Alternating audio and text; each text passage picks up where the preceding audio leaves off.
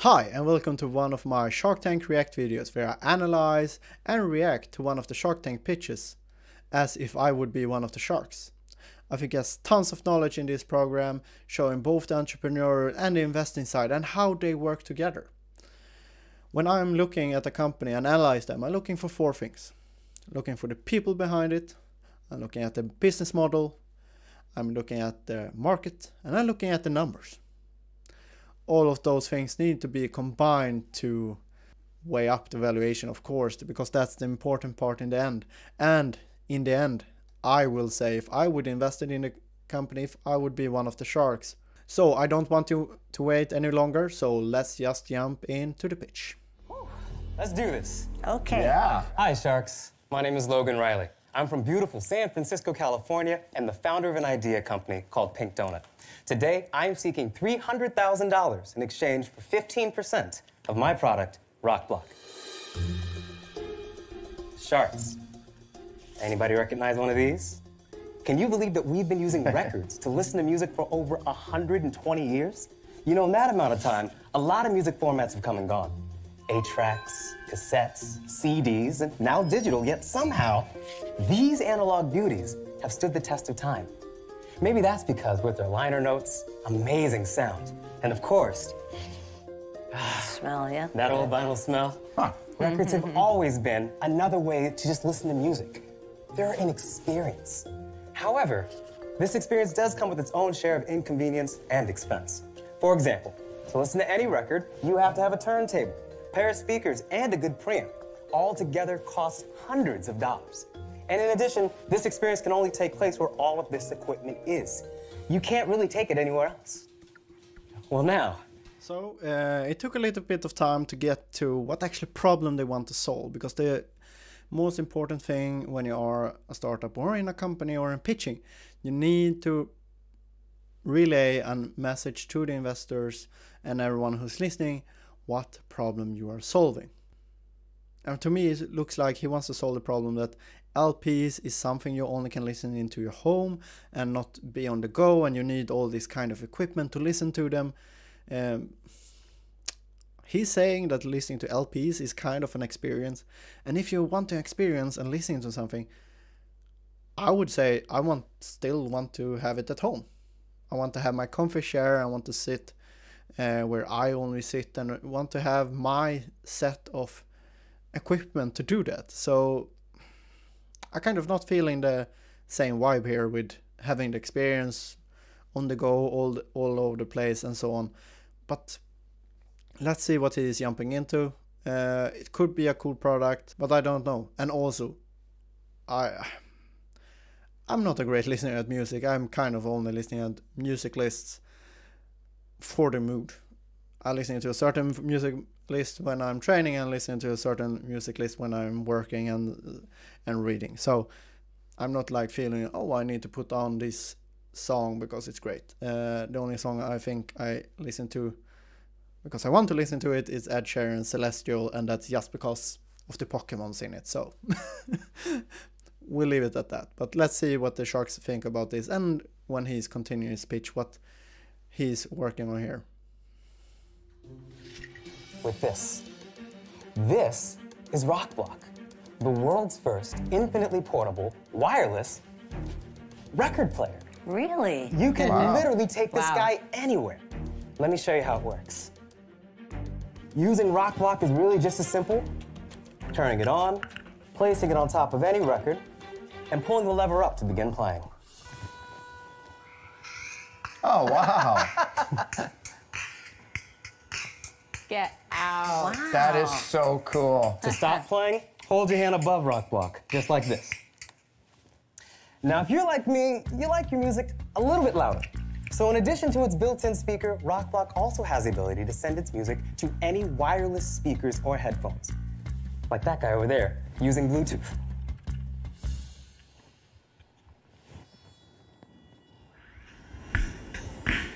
Wow. Oh, so cool. Amazing. With its tiny size, you can literally take RokBlok anywhere, while out on the go with friends or on your next crate dig. And with its built-in rechargeable speaker, you can literally rock out for hours at a time on one single charge. Can you just play it on any surface? Any surface, I would always recommend something to go under it. So here I have a slip mat. But Right. any surface, I actually have a couple samples I can hand you guys. Sure. Yeah, Very can cool we? demonstration there. It's actually a very cool product. It's very small, very minimalistic, and I understand for someone who listens to LPs, this could be a great product to be on the go and be able to help your buddy listen to it or anything like that. So, or be out camping or something else. But then there comes the problem of the LPs is actually quite big. So the LPs becomes the problem now of being the big size, and also when I'm traveling, I don't want to have that LPs with me because then it could be damaged, scratched, or anything like that. So it is a cool product. It is a cool way. It works. I don't know how the user experience would be. I kind of don't feel it. I don't see it. It would be a product for those guys who really likes to listen to music, LPs, and so on. But otherwise, I don't kind of see it being a mass product. And I guessing it's a low price point on this to actually attract customers. Could be around maybe $200 or something like that. But if it's much more, I don't think it's a market for it, and it's much less. It's kind of hard to have big sales, and it feels like it's one purchase of it. You're not purchasing repeatedly, so you're kind of having one customer group and selling it, and then maybe your customer group is saturated. And I don't think these products is going to break that often or need to be updated or something like that. So, but it's very cool. It's very cool. I actually have a couple samples I can hand you guys. Sure. Yeah, can we see him? Sure. Any type of vinyl? Any type of vinyl. No, This it doesn't plays matter the 33s and 45s. It doesn't play 78s. No 78s? A little too fast. There goes my collection. Thank you. Pretty remarkable. Good for you. Thank you so Really. much. Great invention, It's Lou. like a I really beehive. appreciate that. Thank you so much. Oh, I love the case, too. It's wood. So, do we have a traditional phono cartridge in here? Yes, we do. And so, because I'm a bit of a collector, I've got a lot of albums, and I care about the quality. What's the actual quality on a Bluetooth I put it through the stereo system? What does it sound like? It sounds great. Now, the thing is, Bluetooth is compressing the sound. So Yeah. with that in mind, there is going to be somewhat of a loss in quality, but to be honest, most people can't discern the difference in quality between analog or Bluetooth. That's But happening. Logan, if you're into vinyl and you cherish your records, why would you be taking them anywhere to play just in some random place? In my case, I see it not just a place to take it with you. I also see it as a way for people who don't have room for all this equipment. So, for example, I live in a tiny 300 square foot But studio. yeah, how many of those people are going to be audiophiles? Now you're shrinking your potential population for sales down considerably. I actually think it's growing. And the reason why I say that is this is not just for audiophiles. I see this as an entry into getting into records for the first place. So I you're see thinking people that can't afford a record player. Absolutely. Or have never gotten I just into don't know records that there's before. that many. So Mark got in What do you there on sell? the customer group. If you're an audiophile and want to have records and listen to that, you want to have that big speaker, and if you are that audiophile, as I said, you will make space for it. But in that sense, how many customers are they who would use these kind of products? These kind of move in, and also, as I said, why would I take this record with me when it's a priced procession and I putting at the risk of damaging it?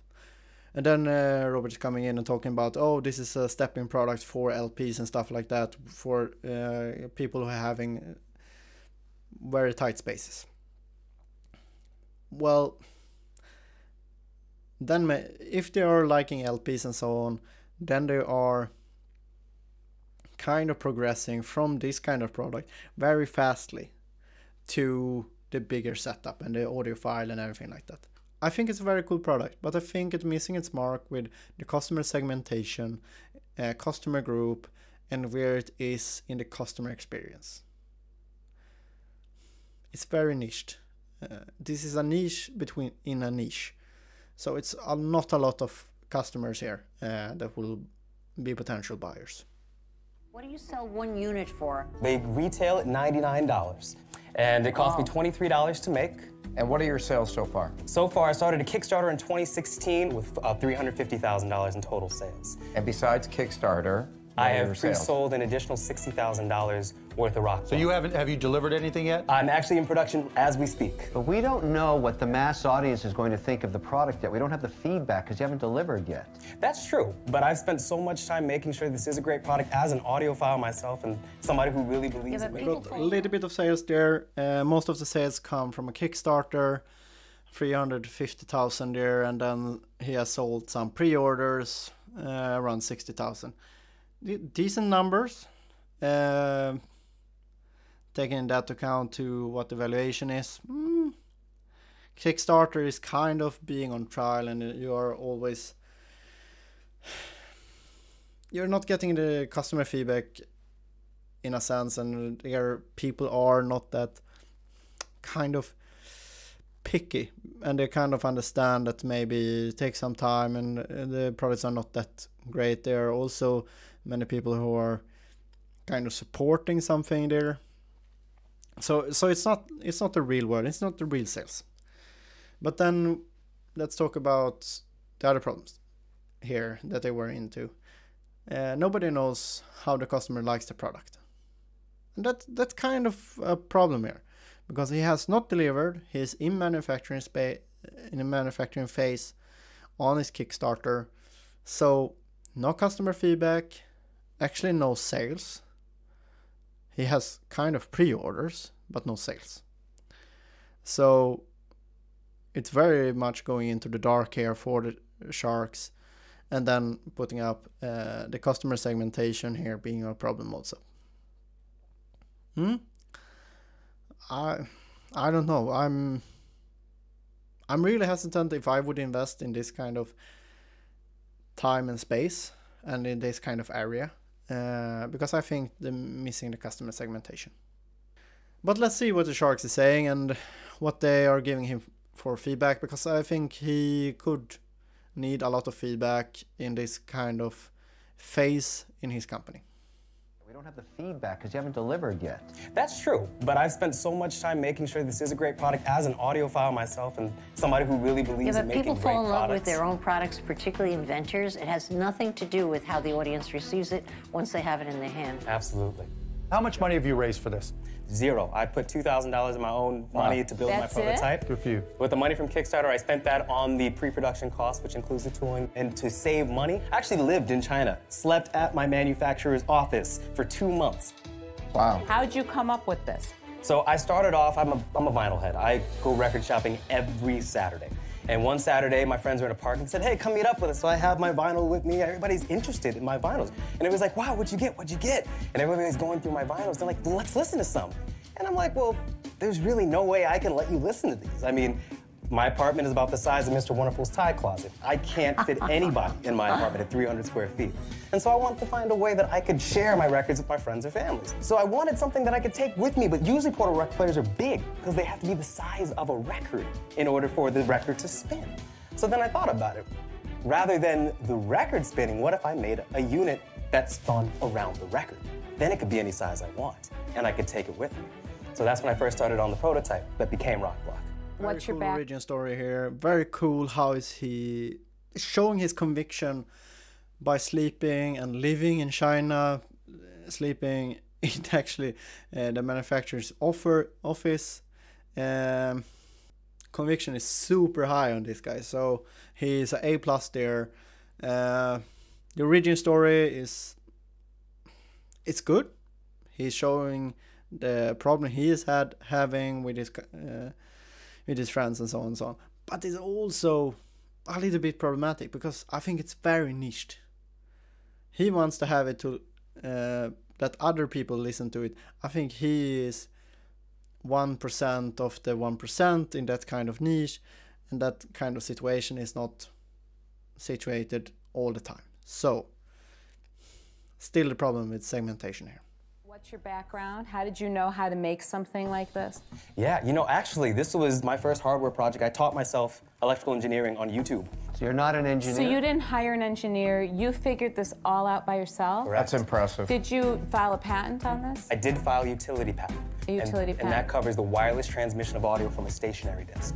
You never told us the rest of your background. Do you mind Yeah, just so finishing my that? background, I do have a background in audio engineering. I used to run a recording studio when I was 19. Spent 5 years working at Apple with education technology. So teaching, building tools to teach consumers how to use the products. I also did that at Pandora Internet Radio as well. So I'm Very cool investing background in of you. him there, really showing that he's committed to this. Taught himself electrical engineering to be able to do the first prototype. Has a background in audio and worked at Apple and then worked at Pandora with music. Very interesting background. Very resourceful guy. So he's having a A+ here. I just think the product is missing the mark with the customers segmentation. So if I would be one of the sharks, I would maybe invest in him, but maybe not this product, but keep him on speed dial when it comes a company or when he has a new idea and solving that issue. Otherwise, I think this product maybe could be a good supplement to a bigger record manufacturer, so they may buy him and have an exit on it. In a sense, I don't think this product is enough to make a whole company. I think it's a very good product and maybe should fit in a record manufacturer to be a stage 1 product and then level up to the more expensive recorders. I think it's a good stage 1 product, but it's only a stage 1 product to entry, those who want to listen to LPs and don't have the space and don't want to invest in it, and then for them to upsell them to a more stationary LP recorder and so on. So great guy, just customer segmentation here.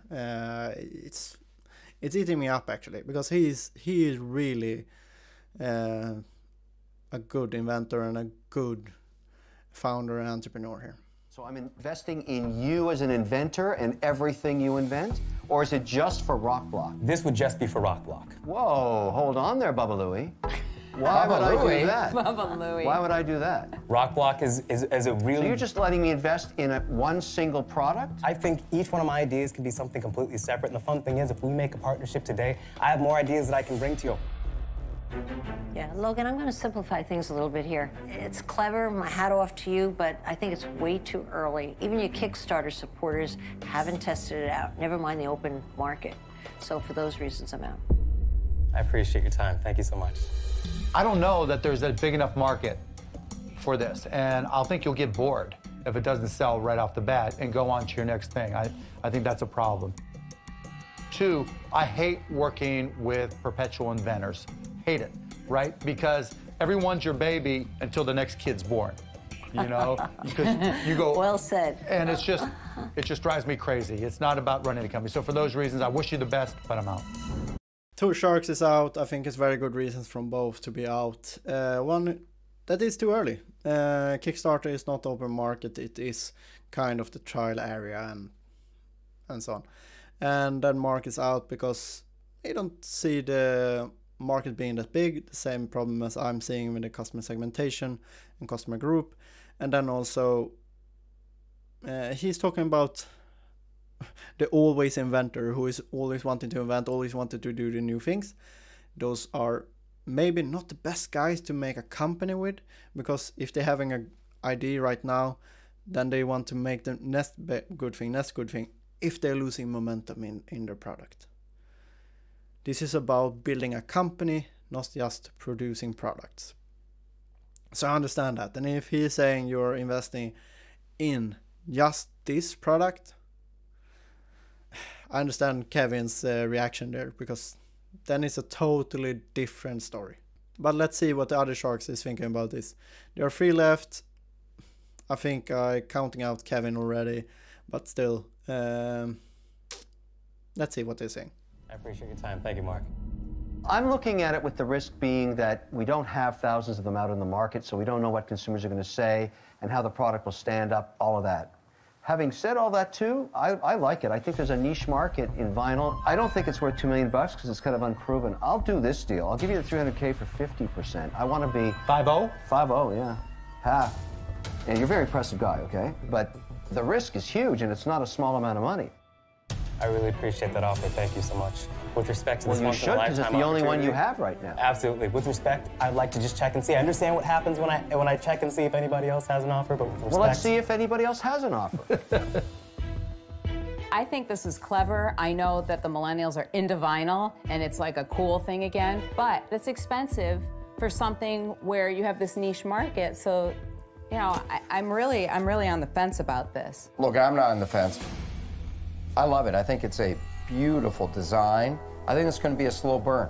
I don't think it's going to be one of these products that goes to millions right away, but I think it'll sell for a very long time. I think you're a great design guy, but I think you're going to want to go do the next thing.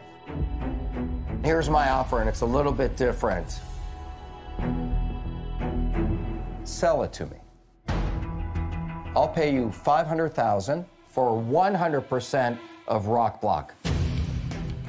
I'll hire you for 2 years at a 6-figure contract. We'll figure that out.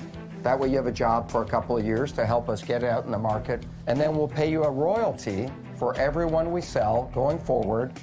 I'm thinking something like $5 a unit. That's my offer. Awesome. We have 2 offers on the table. One from Kevin that is offering the money, but at a higher equity allocation. So he's giving $600,000 for the company, or valuing it at $600,000. Robert's offer, he's want to buy the whole company, RokBlok, for $500,000, and then offering him an employment contract and then a royalty of 5% per unit. If he is the inventor, he's protruding or signaling, and what Mark talked about, I think he is liking Robert's offer. But if he is the entrepreneur who wants to build a company and getting out there, I think Kevin is the guy you should go with.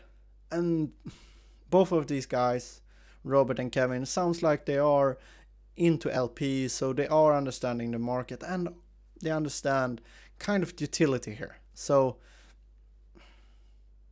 I think it's 2 really good offers. He has not he has to choose between kind of selling it, making a profit, and then having a stable and maybe go do the next thing. He has to choose between 2 ways of going here. One is making a nice profit of what he has already done, having a more stable, and then getting a royalty of these if it blows up anyway, if he's not connected to it. Or go with Kevin, having a 50-50 partner with him and making this product, making it a company. So does he want to go the way of making a company, or does he want to go the inventor way and being free and can create the next product? Let's see. I think it's very interesting here to see what he is choosing. If you don't say yes right now... Wow. I'm going to say yes to that right now. Of course. Yeah. Thank you. Wow. Thank you. I love it. It's beautiful. It's beautiful. You just turned yourself into an employee. That's okay, Logan. A rich $1 million employee. for Logan. You turned That's yourself great. As into a long rich as I employee. continue focusing on RokBlok and build other things, I'm going to be a very happy person. Congratulations, Logan. Congratulations, Logan. Awesome. Actually, Mark Cuban's showed how good of a people person he is. He shows the inventor route. He shows to be an employee, selling his product, and getting it out there with Robert's help. And that's an awesome way to go if he is that kind of person. He still have the upside of $5 per unit. It's quite big if it's selling that amount he is thinking that could sell to. So in that sense, I applaud him. Let's think about those 4 things I look for. look for the person, the business model, the market, and then the numbers. The person, A+, A+. He is almost S tier. The only thing here that is not making him S tier is because he is an inventor. He has a mind that he doesn't want to build a company. So in that sense, it's very bad to invest in him, but it's very good to have him on your side because he can come with a product and maybe sell it to you, and you can continue that. Because if you are an entrepreneur mind that knows something about the product and know how to scale something, that's you're serving something on a silver plate here. And then to the business model. He's projecting to sell these at $99 a piece. I said $200 is kind of the breaking point, I would say, for this kind of products.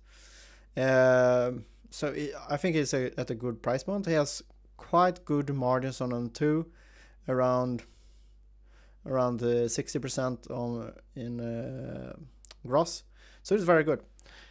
And then it comes to the market. I don't think this is a enormous market. I think it's a very niche market, and I think they can raise the price, because I think those who want to buy these units don't care that much about the price. So in that sense, I think it's not that price sensitive customer segment, but those customers are not many.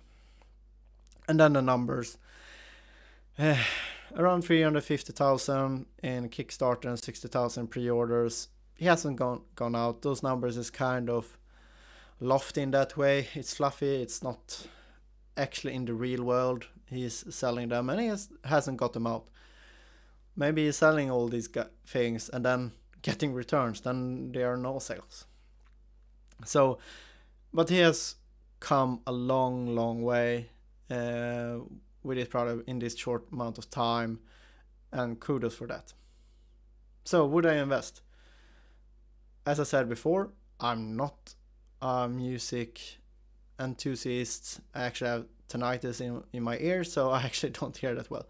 So I wouldn't invest, but I think it's a really cool product. I'd probably, if I would have a friend who loves LPs, I would buy this for him. So I'd probably be a gifter, not a buyer, and not the investor. But what would you do? Would you invest? Would you skip? Why would you skip? And is it anything else you want me to explain in the video, or something that one of the sharks said that is completely wrong? Tell me, I really want to hear your thoughts. And also press subscribe, because I think you want to see more of my Shark Tank React videos where I analyze and react to these kind of pitches.